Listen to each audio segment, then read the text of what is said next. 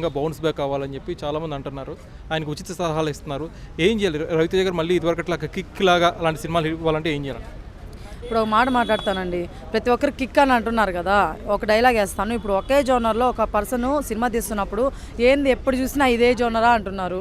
So దాన్ని నచ్చదంటారు. పోనీ అలాగా ఫ్యామిలీ పరంగా తీస్తే ఎప్పుడు ఇదే ఫ్యామిలీ స్టోరీసా అంటారు. పోనీ అలా కాదురా బాబు అని చెప్పి థ్రిల్లర్ కమ్ హర్రర్ ఇంకేమైనా తీస్తే ఏముందిరా బాబు ఎప్పుడు హర్రరా అంటారు. ఇంకే విధంగా తీయాలి? ఆయన అర్థమవుతుందా? ఆయనకు ఉన్నది ఒకటే అండి, ఆయన కష్టపడి వచ్చారు. స్టార్టింగ్ నుంచి కూడా కష్టపడి వచ్చారు కాబట్టి కష్టపడే వాళ్ళకి ఇవ్వాలనుకుంటున్నారు ఛాన్సులు. సో అందుకని కొత్త డైరెక్టర్స్ని ఎంకరేజ్ చేస్తున్నారు. కాకపోతే నేనేం చెప్తాను అంటే, రవితేజ గారు మీకు ఇంత మంచి ఛాన్సులు ఇస్తున్నప్పుడు డైరెక్టర్గా ప్రూవ్ చేసుకోవాల్సింది మీరండి. అర్థమవుతుందా? మీరు ఇప్పుడు మొన్న సినిమా చూశాను నేను, మాస్ జాతర చూశాను నేను. సో అయితే ఆ మూవీలో నాకు బ్యాక్లాగ్ ఏమనిపించిందంటే, కొంచెం స్టార్టింగ్లో ల్యాగ్ ఉంది, కొంచెం కామెడీ పెట్టుంటే బాగుండేది. కమెడియన్స్ని మీరు చాలామంది తీసుకొని కామెడీ పెట్టలేదు. సో అదొక విషయం. కానీ రవితేజ గారు మాత్రం సూపర్ ఉన్నారు. లుక్స్ చాలా సూపర్ ఉన్నాయి. ఆయన ఎనర్జీ, ఆయన డ్యాన్స్ బాబు పిచ్చ పీక్స్ అనమాట. సో అంత బాగుంది. సో ఇక్కడ ప్రాబ్లం ఎవరి దగ్గర నుంచి వస్తుంది? డైరెక్టర్స్ దగ్గర నుంచి వస్తుంది, స్క్రిప్ట్ దగ్గర నుంచి వస్తుంది. సో ప్రాబ్లం మీ దగ్గర ఉంది కానీ రవితేజ గారి దగ్గర కాదు. సో ఆయన వింటున్నాడు, అప్పుడు జాగ్రత్తలు ఎందుకు తీసుకోలేకపోతున్నారంటే కొత్త వాళ్ళని ఎంకరేజ్ చేద్దాం అనేసి అంతే. సో మీరు జాగ్రత్తలు తీసుకోవాలి, రవితేజ గారు కాదు. అర్థమవుతుందా? ఇప్పుడు పెద్ద వాళ్ళు బాలయ్యబాబు గారు కానీ, చిరంజీవి గారు, ఇంకా వెంకటేష్ గారు, ఇంకా చాలామంది తీసుకుంటున్నారు సినిమాలు. అందరి ఫ్లాప్ అవుతున్నాయి, రవితేజ గారు ఒక్కడే కాదనమాట. అర్థమవుతుందా? సో అట్టర్ ఫ్లాప్ అయితే కాదండి ఈ మూవీ. సెకండ్ హాఫ్ చాలా బాగుంది.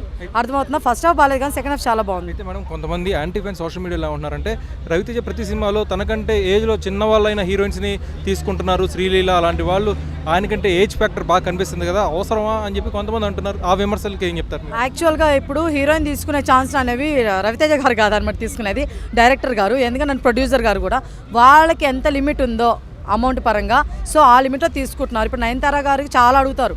అడుగుతున్నా ఇప్పుడు నయనతార గారు చేయొచ్చు, చాలా ఎక్కువ అడుగుతున్నారు. పెద్ద వాళ్ళంటే వాళ్ళే, కాజల్ గారు వచ్చి వీళ్ళందరూ అవ్వచ్చు అనమాట. కానీ ఇంకో విషయం, దీంతో పాటు ఇంకో విషయం ఏంటంటే, ఫేమస్ ఎవరు ఇప్పుడు ఫేమ్లో ఉండేది ఎవరు ప్రెజెంట్ అన్న వాళ్ళు తీసుకుంటున్నారు. శ్రీలీల ఫేమ్లో ఉంటుంది, సో తను తీసుకుంటున్నారు. ఇంకెవరైనా ఫేమ్లోకి వస్తే వాళ్ళు తీసుకుంటారు, అంతే తప్ప చిన్న పెద్ద అని తేడా లేదండి. సో మనం ఏంటంటే సినిమాలో చూడాలి తప్ప ఈయన ముసలాడు అయిపోయాడు, ఈమె కుర్రాంలాగుంది ఇవన్నీ కాదు.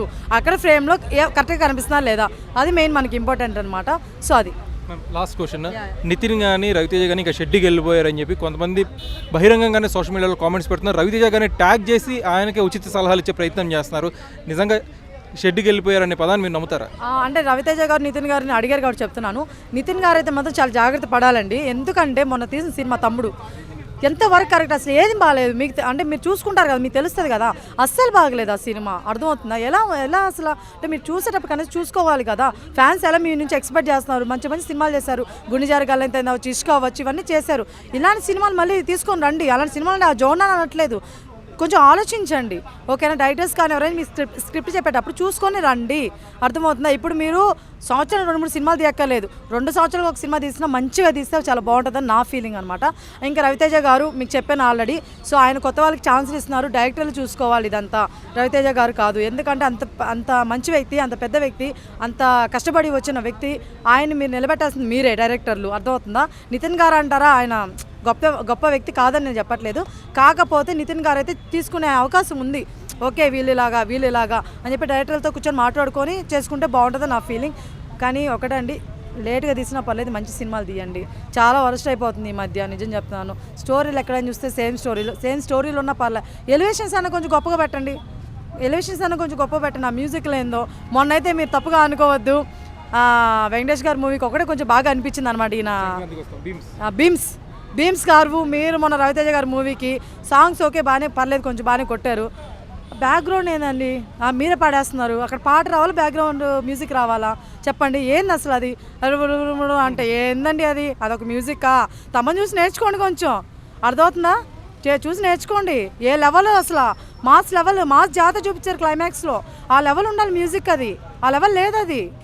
సో అలాంటి చూసుకోండి, కొంచెం బాగుంటుంది.